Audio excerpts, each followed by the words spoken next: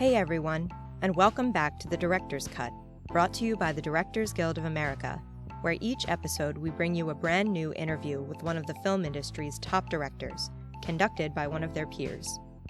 Remember to subscribe to our podcast on Google Play Music, iTunes, Stitcher, or on our SoundCloud page at soundcloud.com/thedirectorscut.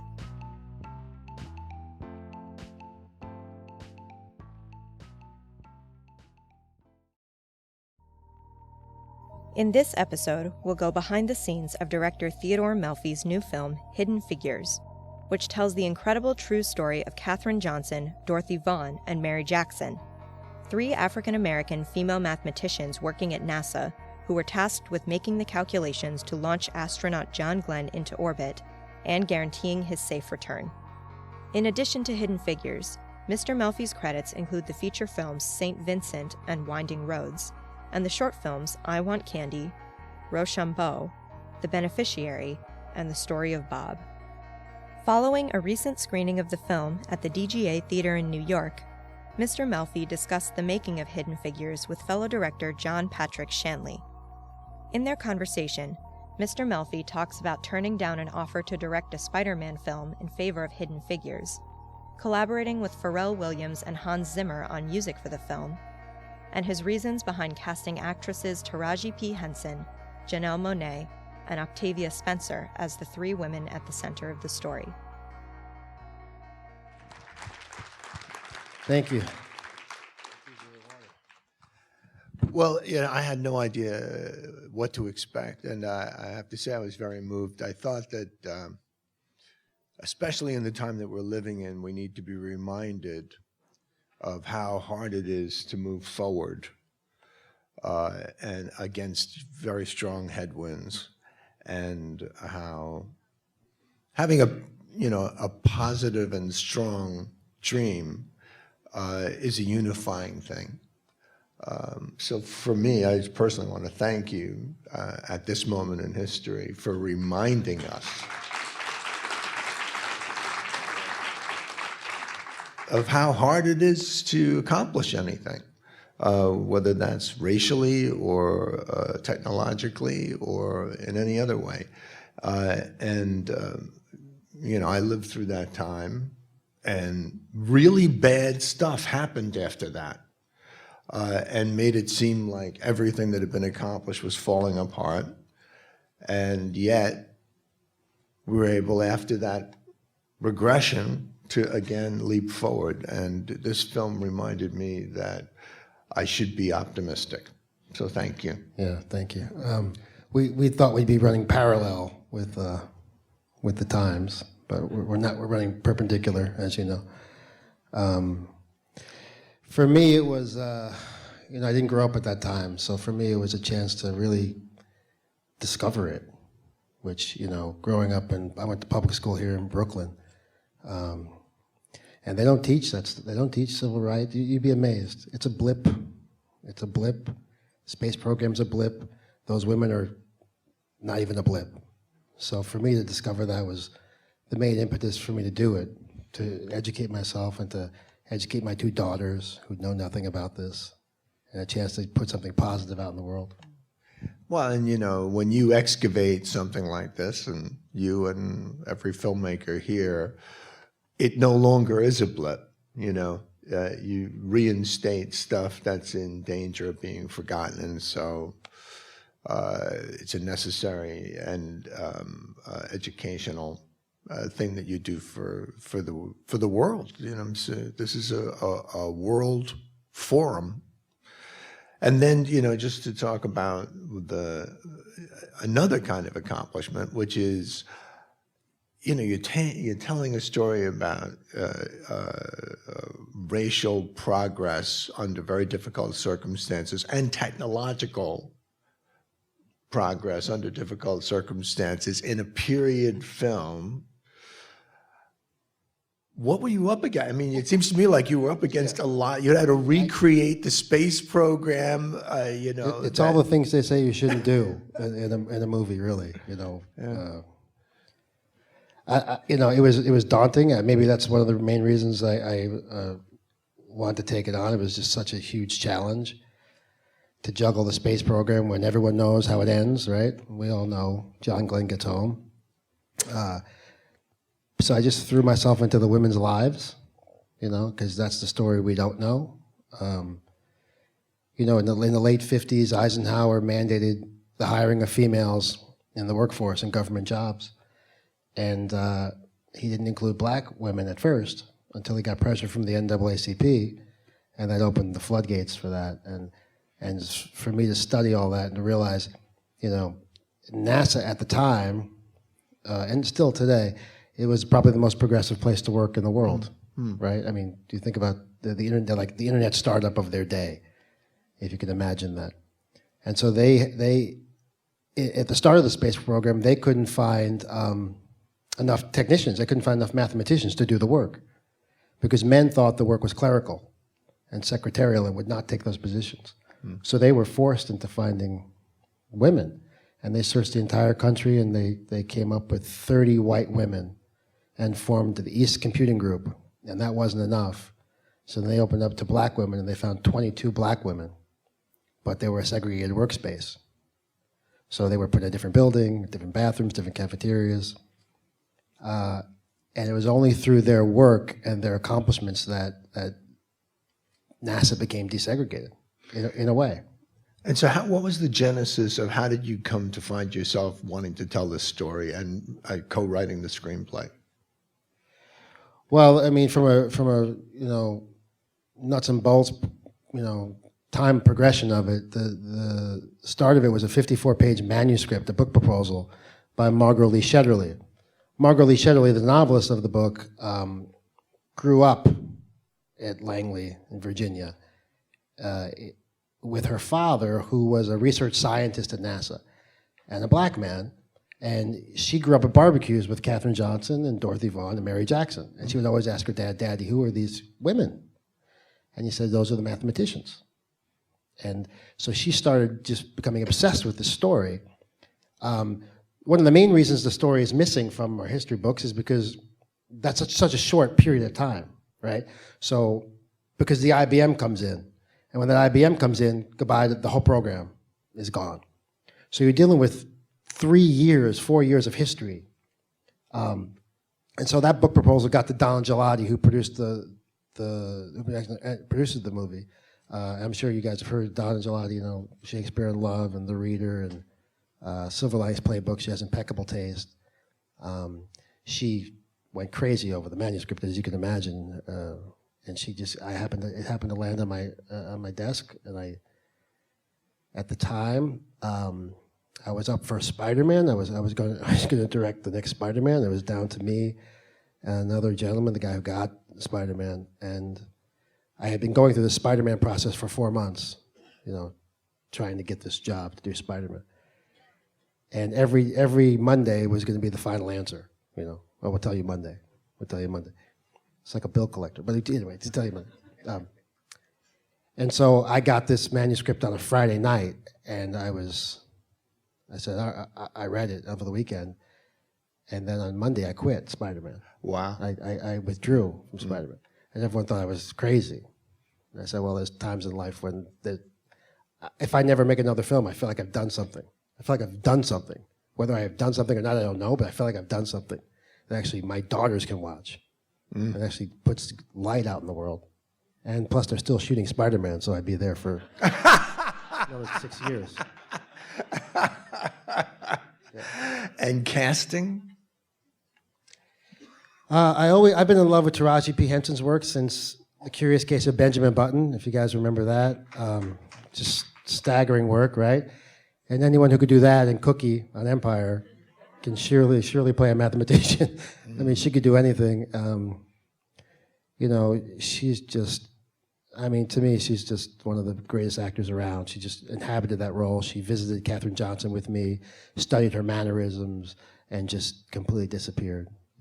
Octavia, I've always been in love with her work. I mean, Octavia's like the Mariano Rivera, to me, of actors. And Janelle Monáe, with Mary Jackson was the fire. She's the fire. She's the one of the group that fought everything at NASA So the behind-the-scenes story of Mary Jackson, Mary became that first African-American aeronautical engineer.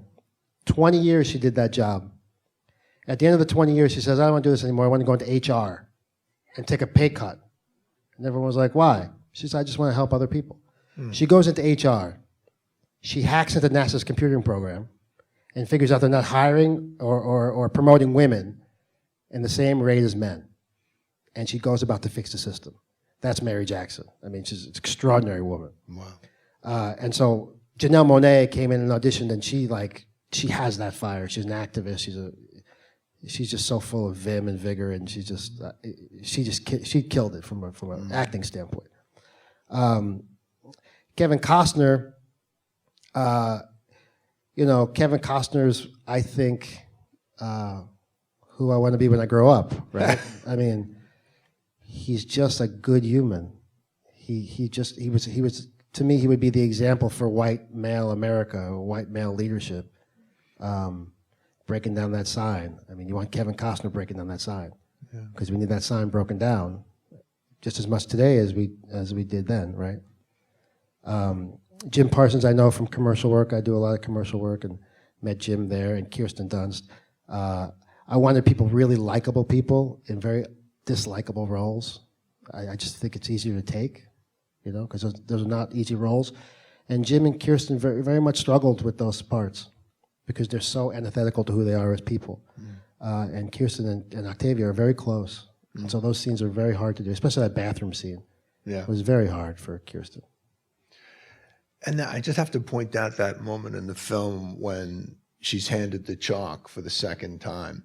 It's just killer. That's a very moving moment to me.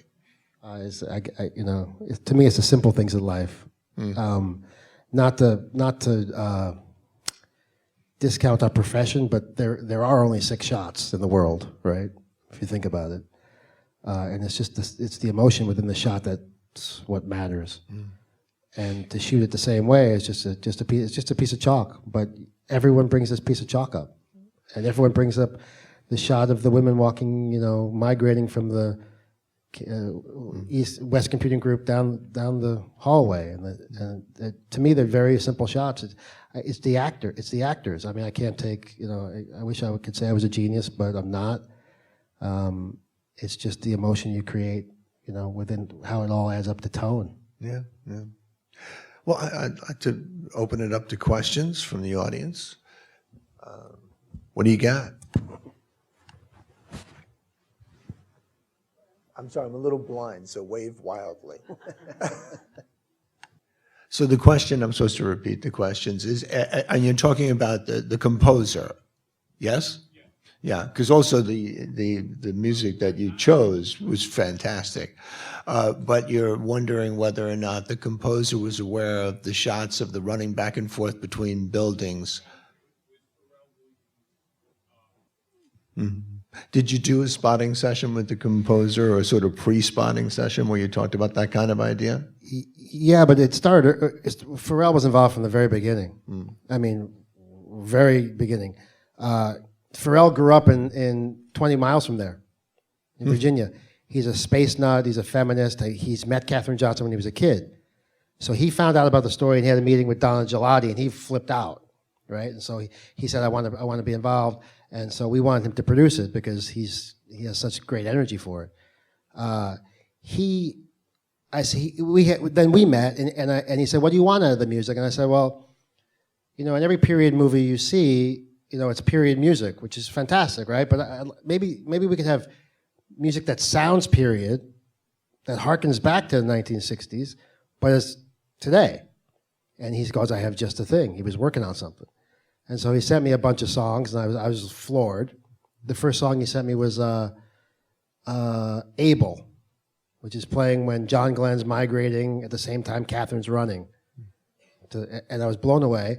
And then he read the script right away, and he said, so she has to run from the bathroom 20 minutes? I go, yeah, 20 minutes. And he wrote Running like 2 days later and sent Running. And then after he got to the end of the script, because he'd read the script, he'd write, he'd read a little more, he'd write. He got to the end, he said, the end is going to be I See a Victory, which is what I want to put out in the world for today.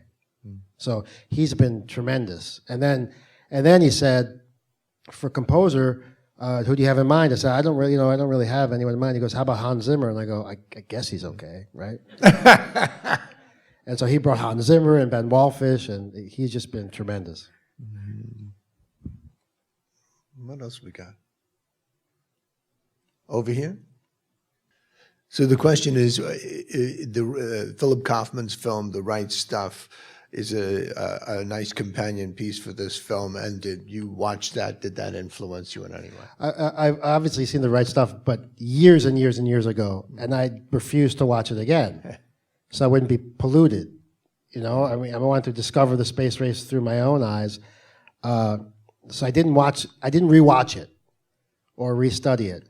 What I did do was dig into other things that I wasn't as knowledgeable about. Like there's a brilliant documentary on the civil rights, Eye on the Prize. Right? I watched that a dozen times and studied every aspect of it.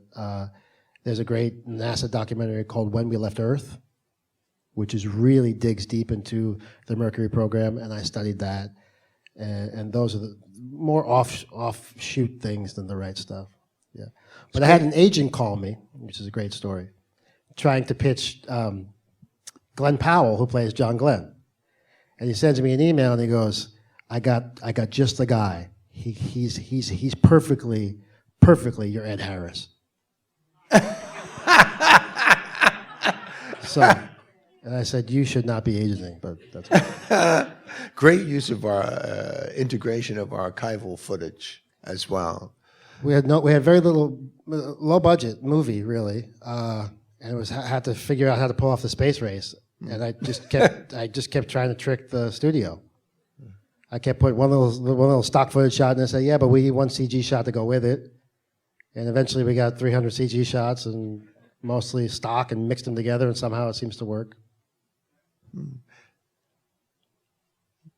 do we got? How many days did it take to shoot the film? 43 days. Jesus. In Atlanta, Georgia. No reshoots. Yeah, Wow. so good. Yeah, thank you. It's very lucky. Pre-production? Pre-production standard, 7 weeks. Standard. Did you hear that? Yeah, she's asking if there's anything in the movie that I really loved, that didn't actually make it into the film. As is the case with everything, as you guys know as directors, it's just how it is. I had a whole storyline with Mary Jackson's husband, Levi Jackson, who was a civil rights activist. And so that protest scene with the dogs, he was right in that fighting the cops. He then shows up later in his barn with a gun after a protest and has an argument with his wife. Those are the things I miss. But at the end of the day, it's 2 hours. It's practical, and it's also and aside from practical, it's also I'm trying to do so much, and maybe I'm doing too much as it is. And so now to open up a Levi Jackson can of worms, it was like I couldn't make it make sense in my mind. But I miss those scenes. How much artistic license did you take in retelling the personal lives of these actual people? Very little with Katharine Johnson. So Katharine Johnson's alive. She's 98 today. Not today, but she's 98 now. Spent time with her, interviewing her, meeting her family, meeting her children. Jim Johnson's alive. They live together. Jim Johnson's exact quote is, I know marrying you includes marrying your girls as well. So all these details are almost exactly pulled out of their history. She was John Glenn's exact quote, get the girl to run the numbers. If she says they're good, I'm good to go. These are exact quotes. You can find them on NASA archives. She's not, she's almost, within reason, right? You're making a movie. It took her 3 days to do those calculations at the end. We can't sit here for 3 days, so it's like 30 seconds. There's less documentation on Dorothy Vaughan, mostly because of Dorothy Vaughan's character. She put everyone above herself and never took credit for anything. So with interviews with her children and grandchildren, We got most of her story. Her story is she left her husband. This is how bold these women were. She tells her husband, she's a teacher. She tells her husband, "I want a better life for my kids, and for our kids, and I want a better job." And NASA paid 3 times the amount of a teacher. In those days, a black woman can be a teacher or a nurse. And she said, "I'm taking my kids and I'm moving to the city and I'm getting this job at NASA." And he said, "I'll stay here and take care of the farm." And she took 4 children on her own and went to Langley and worked for NASA for 30-something years. Her story is 100% accurate in terms of without her, none of those women had jobs. She fought for all of them. She learned how to Fortran program before anyone else Fortran could program. She migrated her women over to those jobs. When that program got disbanded, many of the white women were let go because they didn't have the training. And Dorothy Vaughan got in there, had the foresight to get in there and train them. And then she trained white women and she trained everyone. So her story is 100% accurate in those regards. Mary Jackson, we know a little bit more than Dorothy. Her husband wasn't an activist, which speaks to this question here. And so that was a stretch. I was stretching it. He was a shipbuilder and a ship painter. But I wanted more of a civil rights, feeling in the movie and someone to represent the other side of civil rights. The guy who was not going to take anymore, right? So that wasn't accurate, but that didn't make the cut, right? So Mary did become the first African-American aeronautical engineer in the country and at NASA. She did fight to get into a segregated school. She got into school. She took the night classes. All these things are pretty spot on.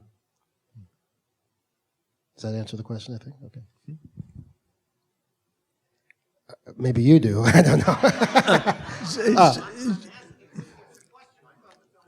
Yeah, no, look, it's not a documentary. I'm sorry, so the question is, do you feel that you took too much liberty with the facts in making the story work?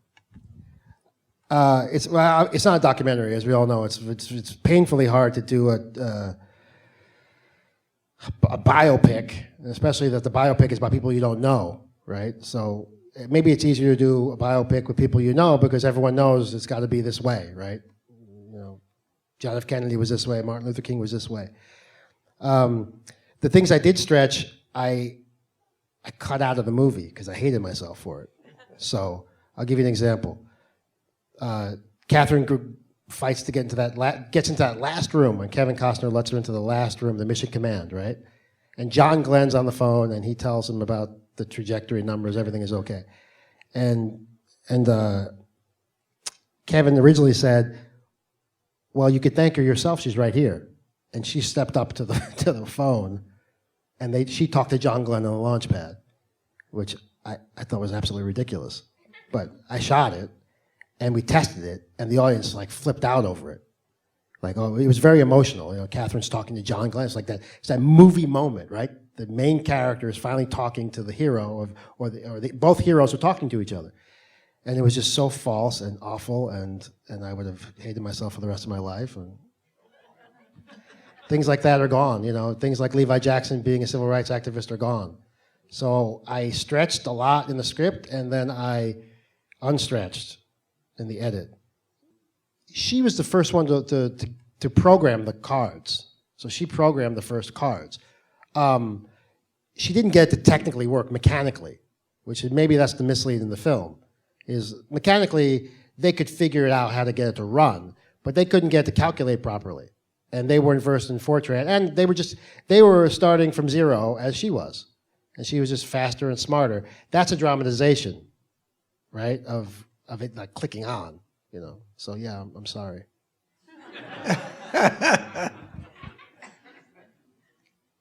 The studio wrote that quote, but that's on the poster. Sounds like the studio. That's a studio quote. I didn't write that quote, so I don't have to answer that question. But I will. The question is, what do you hope for people to take away from the film?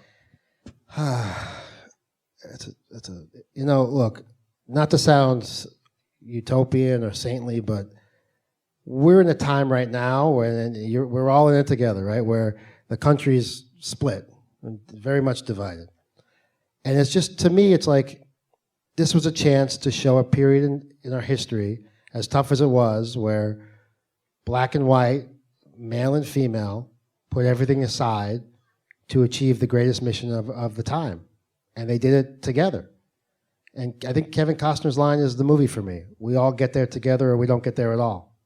And so that's the message I'd like to leave out there. And now that I said it, maybe it is out there. I think that's kind of a good message right now.